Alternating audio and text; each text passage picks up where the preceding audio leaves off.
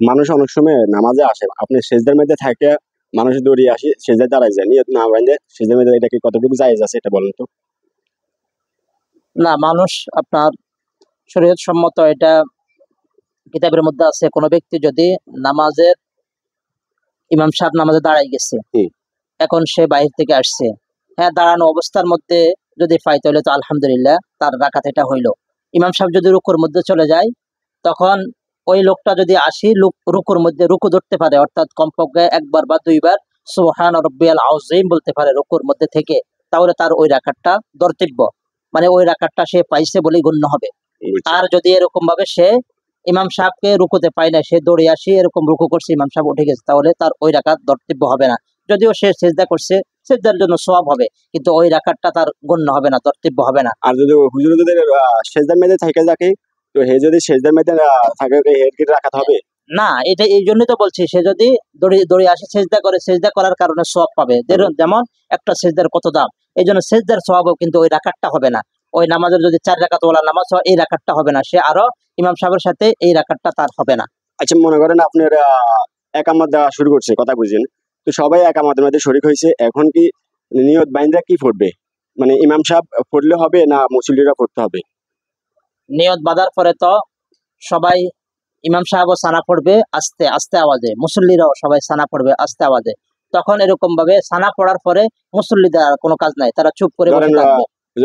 ফজরের নামাজের সময় হুজুরে জোর করে পড়ে, সূরা ফাতিহা পড়ে, যে কোনো সূরা একটা পড়ে, কিন্তু আসর, ইহদি, জোহর এগুলোর সময় তো হুজুরে পড়ে, মানুষ শুনতে পায় না, কি পড়ে কিনা না পড়ে না, না সবাই পড়তে হবে? শরীয়তের বিধান যেটা এটাই মানতে হবে, যে আমাদের বুঝে আসক বা না আসক। বলে এরকম ভাবে শরীয়তের বিধান হচ্ছে ফজরে এবং মাগরিবে একসাথে কেরাত জেহরি অর্থাৎ জোরে পড়বে।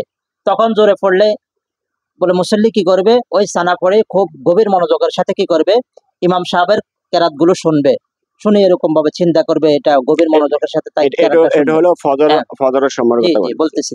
তারপর আসেন, বলে যে সমস্ত নামাজগুলোর মধ্যে আস্তে কেরাত পড়া হয়, যেমন জোহরের নামাজ, আসরের নামাজ, এই দুই নামাজের মধ্যে কেরাত আসতে পড়ে, বলে ওগুলোর মধ্যে মুসল্লিদের করণীয় কি, তারা নামাজের মধ্যে মনোযোগ রাখার জন্য তারা কি করবে, ওগুলোর মধ্যে না মনোযোগ রাখার জন্য তারা কেরাতের দিকে লক্ষ্য রাখে, তাহলে এগুলোর মধ্যে কি করবে, বলে এগুলোর মধ্যেও তারা এরকম ভাবে নিজেরা এটা মনে করবে যে আমি আল্লাহ তাআলার সামনে দাঁড়াইছি, ইমাম সাহেব তো কেরাত পড়তেছে, যেহেতু শরীয়তের মাসালা সবাই জানে, যে এরকম ভাবে এখানে আমাদের হানিফি মাসলাকের মধ্যে ইমাম সাহেবে যা পড়ে এটার উপরে যথেষ্ট, শুধু সানা পড়েই মুসল্লিরা এরকম ভাবে কি করবে, চুপ থাকবে। বলে সে তখন কি করবে, বলে সে এরকম ভাবে এটা মনে মনে ধারণা করবে যে আমি আল্লাহর সামনে দাঁড়াইছি, যে এরকম ভাবে আমার সামনে আল্লাহ আছে, আমার ডাইনে জান্নাত আছে, আমার বামে এরকম জাহান্নাম আছে, আমার পিছনে আজরাইল দাঁড়ানো আছে।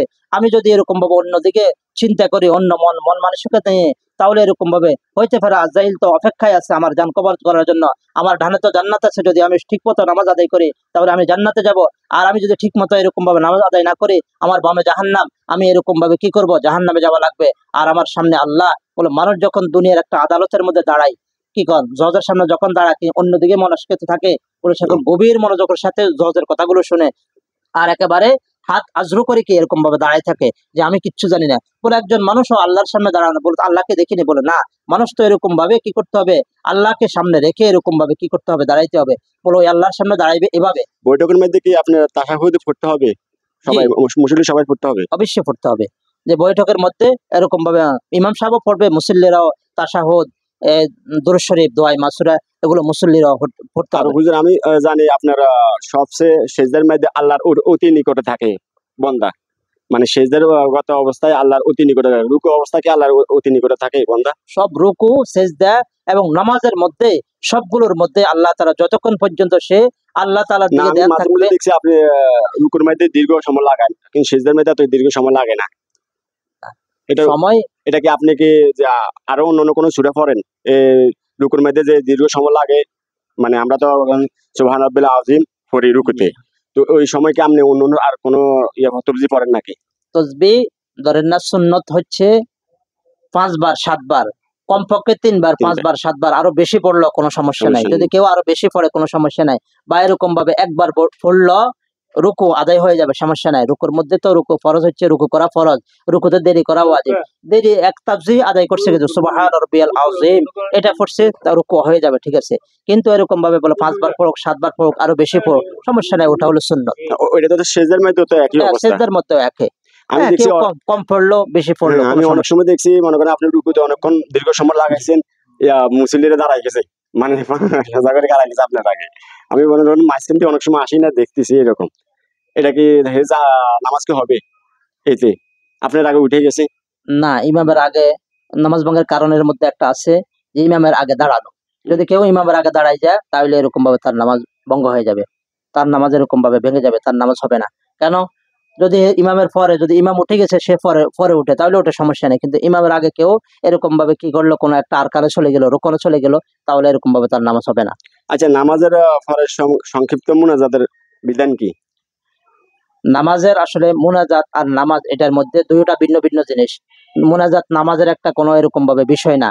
অনেকে অত মনে করতে পারে মুনাজাত নামাজের একটা অংশ, মুনাজাত না করলে নামাজ হয় না। যেরকম আমরা অনেকে আবার বলেও থাকি যে এটা মুনাজাতটা এমন যে খানা খেয়ে কে আত না দেওয়া, খানা খাইছে এরকম ভাবে আত দেওয়া না, বলে তাহলে এটা অসম্পূর্ণ মানুষ, এটা এরকম বলে বলে না, মুনাজাতটা নামাজের কোনো অংশ না, এটা ভিন্ন একটা মুনাজাত। এরকম ভাবে মুনাজাত মানে দোয়া, আল্লাহর কাছে দোয়া যে কোনো সময় করা যায়। তো বলে নামাজের সময় আমরা করি কেন? বলে নামাজের সময় করে এরকম ভাবে, ওই সময় একটু মানুষ বেশি থাকে বা মানুষের মনটা একটু নরম থাকে, এই জন্য নামাজ পড়তে আসছে এই সময় করে। কোন কিন্তু হুজুররা বলছে এটা বেদাত, বেদাত বলছিল। বেদাত এটা ওই হিসেবে বলছে এরকম ভাবে, ওই কেউ যদি কেউ এটা মনে করে মুনাজাতটা নামাজের একটা অংশ, তখন বেদাত। যদি কেউ এটা মনে করেন মুনাজাত নামাজের একটা অংশ, মুনাজাত করতে হবে, না করলে নামাজ হবে না, নামাজের মধ্যে বেগাত করবে, তখন এটা বেদাত হবে। আর যদি হ্যাঁ আমরা এটা মনে করি, যেহেতু আমরা আলহামদুলিল্লাহ আমরা মুনাজাত করি, ওলামা আল্লাহ রসুল এরকম ভাবে অনেক সময় মুনাজাত করছেন, এরকম ভাবে হক্কানি ওলামায়ে কেরাম বা এরকম ভাবে আমাদের যারা আছে বড় ওলামায়ে কেরাম এরাও করছে। বলে তাহলে এরা কিভাবে করে? এরা মুনাজাতকে নামাজের কোনো অংশ মনে করে না। মনে করেন একামত চলে অনেক, আমি সৌদি দুবাই শহরে দেখছিলাম, একামত চলে, কেউ শুয়ে রয়েছে, কেউ বসে রয়েছে, যখন হাইয়া আলা না, হাইয়া আলাল সালাহ হাইয়া আলাল ফালাহ বলে না, তখন সবাই উঠে দাঁড়ায়। আর আমাদের দেশে তো মনে করেন অগ্রিম হুজুরে বলে কাতার সোজা করো, এটাকে বেদাত বলা হয়েছে। এটা ওই দেশের জন্য যে কিছু, যেহেতু ইমাম 4 জন, ইমাম এরকম ভাবে শাফি, ইমাম মালিক, ইমাম আহমদ, তারপর ইমাম আমাদের ইমাম ইমাম আবু হানিফা রহমতুল্লাহ আলাইহ। তো এটা এরকম সৌদিতে ইমাম শাফি রহমতুল্লাহ আলাইহির মাসলাক মানে, সৌদির কথা আমাদের বাংলাদেশে বলে লাভ নাই। তো আমাদের বাংলাদেশে ইমাম আবু হানিফা রহমতুল্লাহ আলাইহির তরিকা প্রত্যেকে মানে, বলে এরকম ভাবে সবাই আসি দাঁড়ায় কি করে, ওটা যেটা বলছেন হ্যাঁ ঠিক আছে, উত্তম এটাই, হাইয়ু আলাস সালাহ হাইয়ু আলাল ফালাহ বললে দাঁড়ানো। যেহেতু ওই সময় নামাজের জন্য আহ্বান করা হচ্ছে, হাইয়ু আলাস সালাহ আসো, এরকম ভাবে নামাজের জন্য, হাইয়ু আলাল ফালাহ আসো কামিয়াবের জন্য। তো ওই সময় তো এক একজন এক একটার উপর আমল করে, সমস্যা নেই। এটা কোনো এরকম ভাবে বলে কেউ আগে আগে আসলো, আগে দাঁড়াইলো যে নামাজের মধ্যে কোনো বিঘট করবে, বলে এগুলো নামাজের কোনো এরকম ভাবে অংশ না। বা এরকম ভাবে কেউ হাইয়ু আলাস সালাহর সময় দাঁড়াইলো, নামাজের মধ্যে কোনো বিঘাত করবে বা এরকম ভাবে, এরকম কোনো কিছু না। না, আমি তো মনে করেন দেশে দেখছিলাম, আমি 5 ওয়াক্ত নামাজ সেখানে পড়তাম।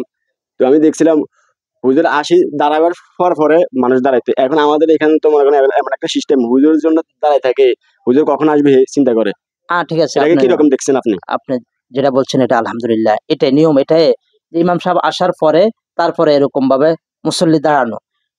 কেন এরকম ভাবে? যদি ইমাম সাহেব আগে, মুসল্লি আগে দাঁড়ায় থাকে, তাহলে তো এরা ইমাম সাহেবকে এরকম ভাবে হুকুম করতেছে যে এরকম ভাবে আপনি কি করেন, আপনি নামাজ পড়ান বা আপনি নামাজ পড়েন। তো ইমাম যেহেতু এরকম ভাবে ইমাম সবার ঊর্ধ্বে, ইমাম এরকম, ইমাম কাকে বলা হয়? বলে ইমাম তো নেতা সবার, এরকম ভাবে ইমাম সবকিছু করবে, বলে ইমামকে কেউ হুকুম করার অধিকার রাখে না। অবশ্যই। এরকম ভাবে কেন?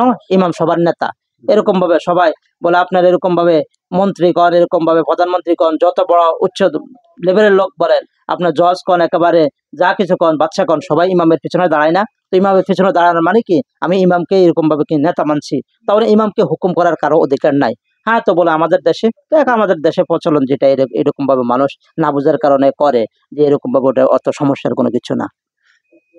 নামাজের মধ্যে সবচেয়ে অধিকার বেশি রাখে কে নামাজ পড়ার মধ্যে? আলেমের মধ্যে না হাফিজের মধ্যে অধিকার বেশি রাখে কে? যদি মসজিদের মধ্যে নির্দিষ্ট ইমাম ইমাম থাকে, এটার মধ্যে মাসালা 2 রকম আছে। মসজিদে যদি আপনার নির্দিষ্ট ইমাম থাকে, তাহলে মুসল্লিদের মধ্যে যদি ভালো কেউ পড়নেওয়ালা থাকে, হাফেজ থাকুক বা আলেম থাকুক, তাহলে ওই ইমামে নামাজ পড়াবে, ওই নামাজের উপযোগ্য। হ্যাঁ, ইমাম সাহেব যদি তাকে সম্মানার্থে দেয় তাহলে তিনি পড়াবে। ইমামের অনুমতি ব্যতীত কেউ সামনে যাওয়ার এরকম ভাবে কারো কি নাই, অধিকার নাই। কেন? এখানে সর্বক্ষমতা সে ছোট হোক, সে যেমন হোক, তাকে দেওয়া হয়েছে। এই জন্য সমস্ত পাওয়ারফুল রাখে কি ইমামে, যদি সে তাকে দেয়। হ্যাঁ, যদি ইমাম সাহেব নাই, নির্দিষ্ট কোনো ইমাম নাই, এখন এরকম ভাবে একটা জামাতের মধ্যে কে নামাজ পড়াবে, তখন ওই ক্ষেত্রে এরকম ভাবে দেখবে এখানে সবচাইতে ভালো কোরআন পড়তে পারে কে, যে ভালো কোরআন পড়তে পারে তাকে দিবে, কোরআনের উপর প্রাধান্য দিবে। হ্যাঁ, একজন যদি হাফেজ কোরআন ও আলেম, তখন তাকে দিবে। একজন যদি শুধু হাফেজ এরকম ভাবে কি আলেম না, তাহলে এরকম ভাবে যদি আরেকজন হাফেজ আলেম, তাহলে ওই কি ক্ষমতা রাখে হাফেজ আলেম যিনি এনে, একজন হাফেজ আর অন্য কেউ হাফেজ না, তাহলে ওই হাফেজে নামাজ পড়াইবে। একজন নামাজের প্রতি বেশি জান্নাওয়ালা আর কেউ জান্নাওয়ালা না, তাহলে ওই জান্নাওয়ালা লোকটাই নামাজ পড়াবে। একজন এরকম সহি শুদ্ধ কোরআন পড়তে পারে আর অন্যরা পড়তে পারে না, এখন নামাজ পড়ানোওয়ালা কেউ নাই, ইমাম নাই, নির্দিষ্ট ইমাম নাই, তখন ওই যে ভালো পড়তে পারে ওই ব্যক্তি এরকম ভাবে নামাজ পড়ার উপযোগী, ওই ব্যক্তি নামাজ পড়াবে। মনে করেন আপনি নামাজ পড়াইতেছেন, আপনি একজন ইমাম সাহেব, আপনি নামাজ পড়াইতেছেন, তা আপনার একটা নামাজের 2 রাকাতে ব্যাঘাত করছে, তখন না আপনার করণীয় কি? আপনার পিছনের দিকে দাঁড়াবে, তাকে আনিয়ে দাঁড়া করা দিবেন না নামাজটা ভেঙে দিবেন? না, যদি ইমাম সাহেবের, এই জন্য তো ইমামের পিছনে, একেবারে ইমামের পিছনে যারা এরকম ভাবে নামাজ পড়াইতে পারে এরকম যোগ্য লোক দাঁড়ানো। যেহেতু ইমাম সাহেব মানুষ, তো মানুষ এরকম ভাবে ভুলের উঠতে না, ইনসান নিসিয়ান থেকে বলে, ইনসান মানুষই ভুল করে, ভুল হতেই পারে। এই জন্য ইমামের পিছনে এরকম লোক দাঁড়ানো, এরকম ভাবে যারা ইমামের কোনো সমস্যা হয়েছে, নামাজ হয়তো এরকম ভাবে ইমামের ওযু চলে গেছে বা এরকম ভাবে ইমামের নামাজ কোনো এরকম ভেঙে গেছে, বলে ইমাম সাহেব তখন পিছনের থেকে একজন জান্নেওয়ালা যিনি নামাজ পড়াইতে পারে ওনাকে এরকম ভাবে সামনে দিয়ে, ইমাম সাহেব বাইরে গিয়ে, অর্থাৎ তার ওযু শেষ হয়ে গেল, এরকম ভাবে সে ওযু করে আসবে। উনি আসে কি নামাজ ধরতে পারবে? আবার পিছন দিয়ে ধরবে না? ধরতে পারবে? অবশ্যই। সে তো লাহেকের হুকুমে তার নামাজগুলো সে নিজে নিজে আদায় করে যখন গেছে, এগুলো আবার এরকম ভাবে ইমামের সাথে সে মানে পরবর্তী যেগুলো থাকবে সেগুলো পড়ে নিবে। হ্যাঁ। আচ্ছা, ওকে, আসসালামু আলাইকুম।